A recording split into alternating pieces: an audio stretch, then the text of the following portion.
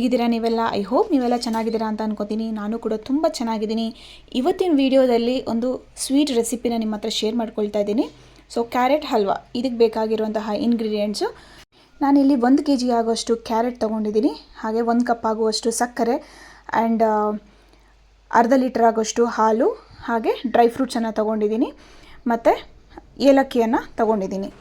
ಈಗ ಒಂದು ಕಡಾಯಿಯನ್ನು ತೊಗೊಳ್ಳಿ, ಅದಕ್ಕೆ ತುಪ್ಪವನ್ನು ಸೇರಿಸ್ಕೊಳ್ಳಿ. ಒಂದು 3 ಇಲ್ಲ 4 ಸ್ಪೂನ್ ಆಗುವಷ್ಟು ತುಪ್ಪನ ಸೇರಿಸ್ಕೋಬೇಕು.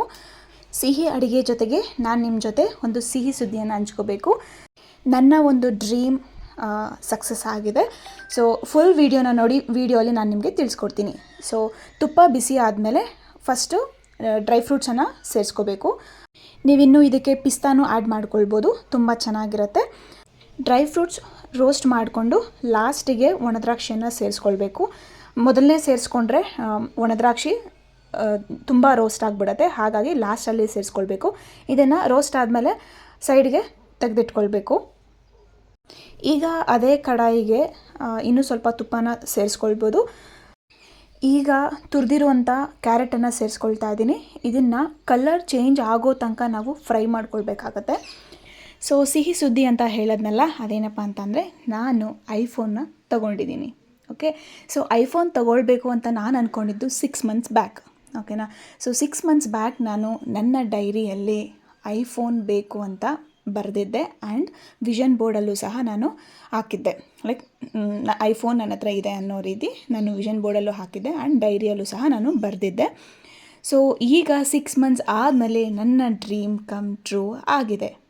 ಓಕೆ, ಸೊ ಕ್ಯಾರೆಟ್ ಸ್ವಲ್ಪ ಫ್ರೈ ಆಗಿದೆ ಅಂತ ಅನಿಸುತ್ತೆ. ಈಗ ನಾನು ಇದಕ್ಕೆ ಅರ್ಧ ಲೀಟರ್ ಆಗುವಷ್ಟು ಹಾಲನ್ನು ಸೇರಿಸ್ತಾ ಇದ್ದೀನಿ. ಸೊ ಹಾಲನ್ನು ಸೇರಿಸಿ ನೀಟಾಗಿ ಮಿಕ್ಸ್ ಮಾಡ್ಕೊಳ್ಬೇಕು.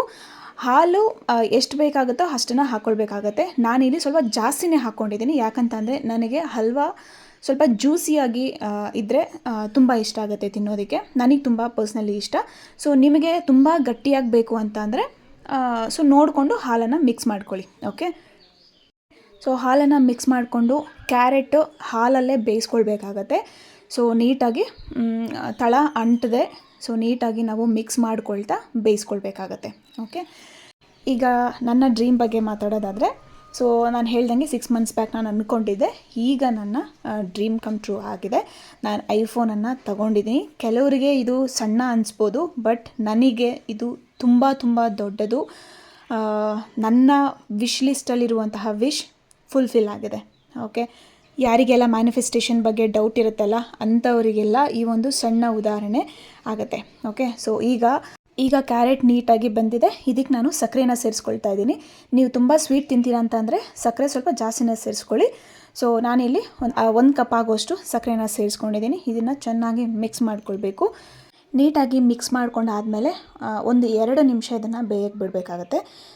2 ನಿಮಿಷ ಆದಮೇಲೆ ಸೊ ಈಗ ಏಲಕ್ಕಿ ಪುಡಿಯನ್ನು ನಾವು ಹಾಕ್ಕೊಳ್ಬೇಕಾಗತ್ತೆ. ನಾನಿಲ್ಲಿ ಏಲಕ್ಕಿಯನ್ನು ಸಕ್ಕರೆ ಜೊತೆಗೆ ಸೇರಿಸಿ ಮಿಕ್ಸಿ ಮಾಡಿ ಪುಡಿ ಮಾಡ್ಕೊಂಡಿದ್ದೀನಿ. ನೀವು ಬೇಕು ಅಂತ ಅಂದರೆ ಏಲಕ್ಕಿನ ಕುಟ್ಟಿ ತರಿಯಾಗಿ ಹಾಕ್ಕೊಳ್ಬೋದು. ಸೊ ಲಾಸ್ಟಲ್ಲಿ ನಾನು ತುಪ್ಪನ ಸೇರಿಸ್ಕೊಳ್ತಾ ಇದ್ದೀನಿ. ಸೊ ತುಪ್ಪ ಸೇರಿಸೋದ್ರಿಂದ ಟೇಸ್ಟು ಸ್ವಲ್ಪ ಎನ್ಹ್ಯಾನ್ಸ್ ಆಗುತ್ತೆ. ಈಗ ನಾನು ಫಸ್ಟಲ್ಲೇ ರೋಸ್ಟ್ ಮಾಡ್ಕೊಂಡಿರುವಂತಹ ಡ್ರೈ ಫ್ರೂಟ್ಸನ್ನು ಆ್ಯಡ್ ಮಾಡ್ತಾಯಿದ್ದೀನಿ. ಡ್ರೈ ಫ್ರೂಟ್ಸ್ ಆ್ಯಡ್ ಮಾಡಿಕೊಂಡು ನೀಟಾಗಿ ಕಲಿಸ್ಕೊಳ್ಬೇಕು.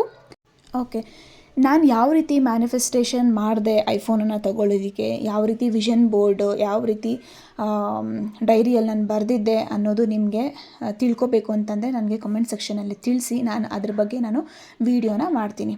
ಓಕೆ, ಈಗ ನೋಡಿ ನಮ್ಮ ಸಿಹಿ ಹಲ್ವಾ ರೆಡಿ ಆಯಿತು. ಸೊ ಬಿಸಿ ಇದನ್ನು ಸರ್ವ್ ಮಾಡಿಕೊಂಡು ಬಿಸಿಯಾಗೂ ತಿನ್ಬೋದು. ಕೆಲವರಿಗೆ ಬಿಸಿಯಲ್ಲಿ ತಿನ್ನೋದು ತುಂಬ ಇಷ್ಟ ಆಗುತ್ತೆ, ಇನ್ನು ಕೆಲವರಿಗೆ ಐಸ್ ಕ್ರೀಮ್ ಜೊತೆ ತಿನ್ನೋದಕ್ಕೆ ತುಂಬ ಇಷ್ಟ ಆಗುತ್ತೆ. ನಿಮಗೆ ಯಾವ ಥರ ಇಷ್ಟ ಆಗುತ್ತೆ ಅಂತ ನನಗೆ ಕಾಮೆಂಟಲ್ಲಿ ತಿಳಿಸ್ಕೊಡಿ. ಓಕೆ, ಸೊ ಇದಾಗಿತ್ತು ಇವತ್ತಿನ ವಿಡಿಯೋ. ಈ ವಿಡಿಯೋ ನಿಮಗೆ ಇಷ್ಟ ಆಗಿದ್ದರೆ ಪ್ಲೀಸ್ ಲೈಕ್ ಮಾಡಿ, ಶೇರ್ ಮಾಡಿ, ಹಾಗೆ ಸಬ್ಸ್ಕ್ರೈಬ್ ಮಾಡ್ಕೊಳ್ಳಿ. Thank you so much and take care. Bye.